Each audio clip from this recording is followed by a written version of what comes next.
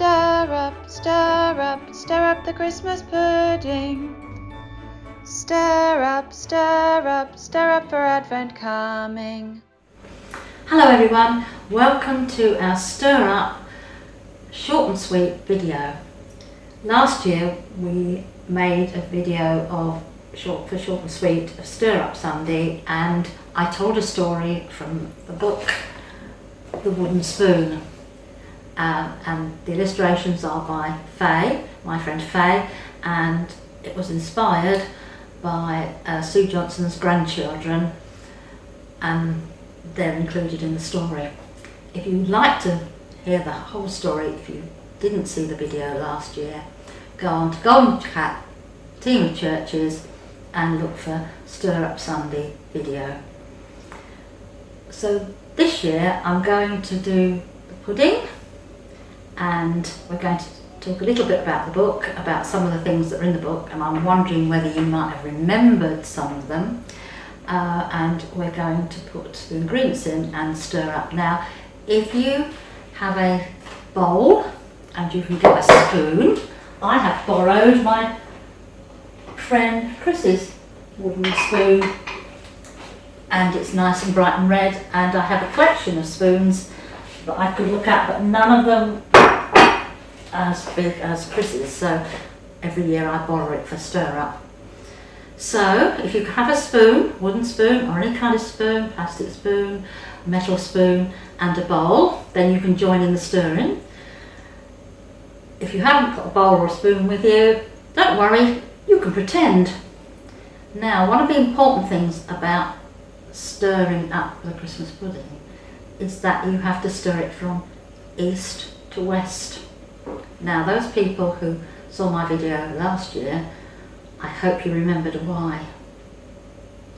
Because the wise men visited Jesus in the stable and they travelled from east to west. Now, I've checked with Alan that this is east to west in our kitchen. Everybody will be different, so you'll need to ask, if you don't know, which way is east to west. When we do it in the church, we will do it in a different way round to I'm doing it now, but it will still be from east to west, because, as I said, that was the journey they took to see the wise men. Now, one of the other things about making the Christmas pudding is that we put in 13 ingredients. 13 for Jesus and his friends, so it represents Jesus and his friends. So lots of Christmas pudding recipes don't put in 13 ingredients. They might put less, they usually put in more. And my ingredients may well be different to the ones that you make a Christmas pudding at home with. So I have avoided putting something like almonds in, because sometimes people are allergic to almonds. So you might have things that you can't eat, so they won't go in the Christmas pudding. So you'll say, oh, we don't put that in our Christmas pudding, or why don't we put that in? It did taste okay last year because Alan tried it and really enjoyed it. So those are the two main things. We're going to now start the pudding, but remember, we also sing a song which is stir up the Christmas pudding, stir up for Advent coming. I'll sing it again. Stir up the Christmas pudding, stir up for Advent coming. So that helps us stir up, and it's a nice way of remembering why we're doing it. Now, let's put the first thing in, which is the flour. The flour goes up, there we go. Stir up the Christmas pudding, stir up for Advent coming. Then the breadcrumbs. Stir up Christmas pudding, stir up for Advent coming. And then sugar.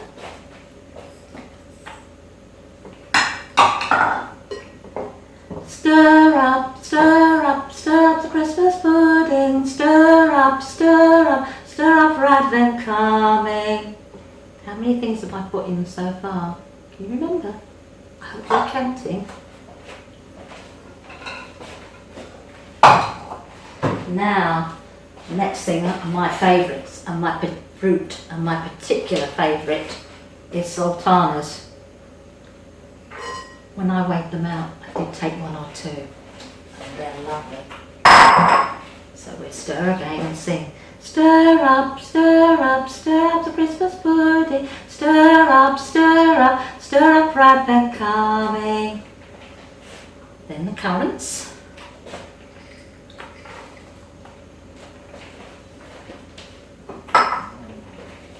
We sing again. Stir up, stir up, stir up the Christmas pudding. Stir up, stir up for Advent coming.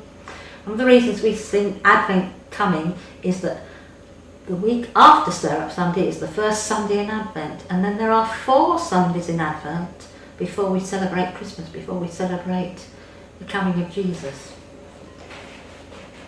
Then the raisins. So that's 3 different types of dried fruit. Stir up, stir up, stir up Christmas pudding. Stir up, stir up for Advent coming. Now, hope you're still counting. Now we've got things that smell nice and give it a nice taste. The lemon and the mixed peel. Lemon and orange. Stir up, stir up, stir up the Christmas pudding. Stir up, stir up for Advent coming. Pinch of cinnamon, which really smells nice. Stir up, stir up, stir up the Christmas pudding. Stir up, stir up for Advent coming. And what I love to put in my fruit cakes is mixed spice. Oh, it's a lovely smell. Stir up, stir up the Christmas pudding. Stir up for Advent coming. Are you still counting? Right. Then next, the butter to go in. Ooh, one piece is, I have to shake it because it won't come out. There we go. That's it.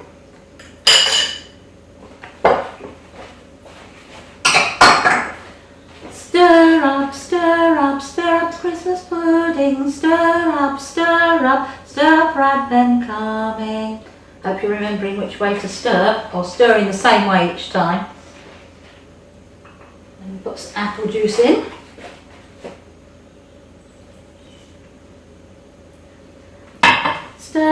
Stir up the Christmas pudding. Stir up for Advent coming. And last of all, 2 eggs. And we'll give the whisk round first before I put them in. And I'll put the eggs in. And then our final stir. Stir up the Christmas pudding. Stir up for Advent coming. Now, was that the final ingredient? Have you been counting? Should we check? Because each one had a label in. Right, so we had flour, breadcrumbs, sugar, and then we put in sultanas, currants, raisins, and then peel, mixed peel, cinnamon, that's a long word, 2 ends and 3 ends, if I'm counting properly, and an M, mixed spice,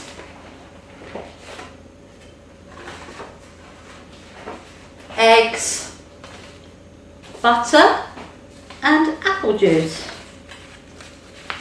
many do you think that was? Should we check and count them? 1, 2, 3, 4, 5, 6, 7, 8, 9, 10, 11, 12. Have I forgotten something? I haven't got anything else out there. I know what it is. When we started Short and Sweet, I made a special jar, and the first Short and Sweet video we made was about rainbows and about hope and about how much everybody who works in hospitals or looking after us in any way we needed to say thank you to. So there's the colours of the rainbow. So every time I do anything, I have 7 things which I can use to pull out of my special jar. Now this year I made them in the shape of spoons. I did cheat because I actually drew round a wooden spoon and cut out the shape. And this one is the one I'd like to stir in to our special Christmas pudding. I want to stir in love because I think that's so important, and we need to stir up ourselves to show our love to one another. So I'm going to not put it in the pudding, otherwise I don't think Alan would eat it, and I'm going to put it up here, if it will stick and stay. Yeah. And we're going to stir it for one last time because that's the 13th ingredient. You might like to think of something else you'd like to put in rather than love, but I think love's really important. So we'll do it once more and sing the song once more. Stir up, stir up, stir up the Christmas pudding. Stir up, stir up, stir up for Advent coming. So there's our Christmas pudding. We have to steam it and then keep it and eat it on Christmas Day. And I hope it will be as good as the one I made last year. In fact, in the book there is a picture of the Christmas pudding. And there's the Christmas pudding that Faye drew, and there's one last thing that sometimes happens with Christmas puddings, is that you sometimes put in something silver. That was chosen to put in the Christmas pudding, and it was made so that people could take it out, and it used to be you used to have a wish, and you might have had a spoon or a ring, but in our case with the wooden spoon it was a silver spoon, and he was so proud, and that's why he was a very happy wooden spoon when he went back onto the shelf. Right, now stir up means stirring yourself up, which is what we've been doing. So the other 6 things that I thought about from my jar and take out is we stir ourselves up to smile. It's really interesting that if you have a smile, then usually when you smile at somebody, they smile back, and that makes us feel happy. So a smile doesn't cost you anything. It doesn't really take much effort to do. It's much easier to do than looking cross. Then to show we care. I wonder if you could think of different ways you could show your family how you care.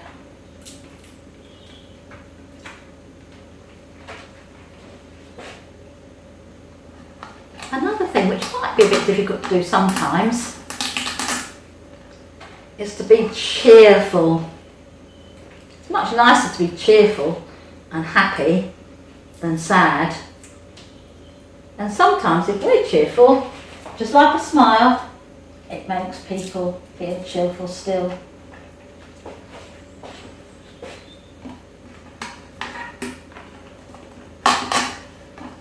Then we can help we can help one another. Just something ever so small, like picking something up from the floor, or just doing something helpful. I wonder if you can think today, and at the end of the day, just before you go to bed, think about whether you've been really helpful. I wonder if you have. And I wonder if you write them down, as you lead up to Christmas, you might find you've done lots of helpful things. Being kind. Being kind. That's a lovely one to do. And sometimes if you're not feeling very happy or you're feeling a bit sad, sometimes being kind is very difficult to do. So think about how you can be kind. And then the very last one is to share. To share things. So sometimes it's better to share something if you've got a worry, if you're sad or you're troubled. But it's lovely to share something if you're really happy about. So you might want to share something you've done really well at school. Or read something that you've learnt to read. Or draw a lovely picture and share it with your friends. Now I've put my 7 special things up there. Now what you could do if you wanted to was to either find a wooden spoon and draw around it and then decorate it and put something on it that you would like to do to help others. Any of those things. You might think of something else that would be really good to do. You might like to decorate your spoon and just put a big smile on it. If you haven't got a wooden spoon that you're allowed to draw on, then draw around one on a piece of paper or cards and cut it out and draw nice pictures on it. You might like to draw a lot, and if you hang them up, you won't forget what you were going to stir up about. So, hang them somewhere where you will see them. And if you do any really lovely ones that you're very proud of, take a photo and send it to me at ros.goldencap, and perhaps next year or even after Christmas we might be able to put some of them in the magazine. And also you might like to draw a Christmas pudding and decorate it, and in the same way you could write something you want to stir up for on it.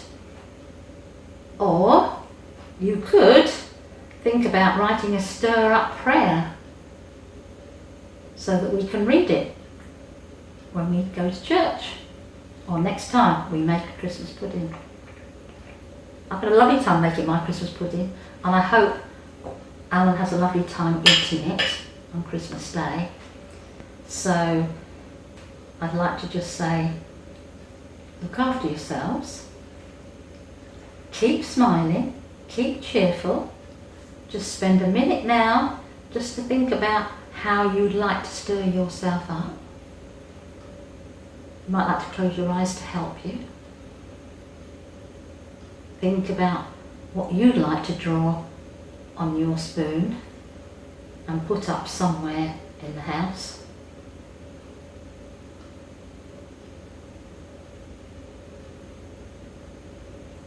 So, as I leave you, go up and stir yourselves up. Well, I've got to do it the right way. Stir yourselves up and ready for the first Sunday in Advent, the second Sunday in Advent, the third Sunday in Advent, the fourth Sunday in Advent, and then the birth of Jesus. See you soon. Goodbye, everyone.